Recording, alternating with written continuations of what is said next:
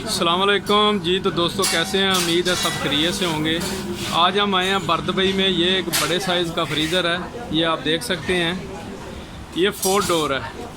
तो इसका टेम्परेचर जो है वो 8 शो हो रहा है, लेकिन इसके अंदर बिल्कुल कूलिंग नहीं है, बिल्कुल गर्म है। तो अभी हम ऊपर जाके चेक करवाते हैं इसमें क्या प्रॉब्लम हो सकता है, क्यों कूलिंग नहीं हो रही।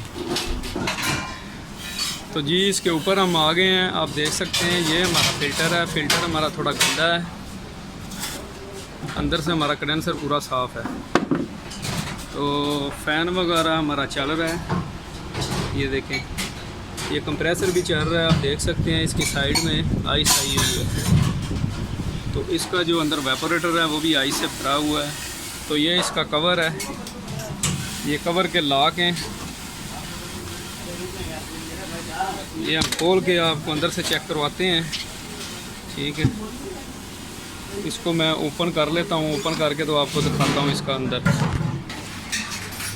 तो जी आप देख सकते हैं इसका कवर जो है मैंने ओपन कर दिया है। ये देखें हमारा वेपोरेटर जो है ये पूरा आइस से भरा हुआ है। तो ये देखें हमारा फ़ैन भी जो है नहीं चल रहा। तो हम चेक करके आपको बताते हैं कि इसके सेंसर में प्रॉब्लम है या फ़ैन में है या गैस में है, कौन सा चीज़ फॉल्ट है। तो अभी हम चेक करके आपको बताते हैं आप कैसे इसको हल कर सकते हैं, कौन कौन सी ये आइस जब आती है प्रॉब्लम आती है।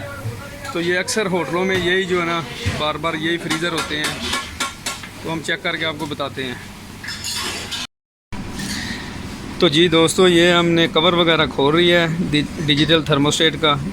ये आप देख सकते हैं, ये थर्मोस्टेट हमारी, इसके साथ ये किट लगी हुई है। तो ये किट के अंदर ये फ़ैन का जैक लगा हुआ था, ये कनेक्शन किट होती है, ठीक है। ये हमने काट के तो फ़ैन को चेक किया था। ये फ़ैन हमारा नहीं चल रहा था, इसकी वजह से बहुत ज़्यादा जो है ना इसमें आइस बन गई थी।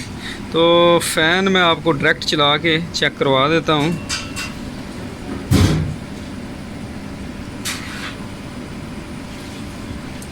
ये देखें वायरें इसकी मैं लगा दी हैं।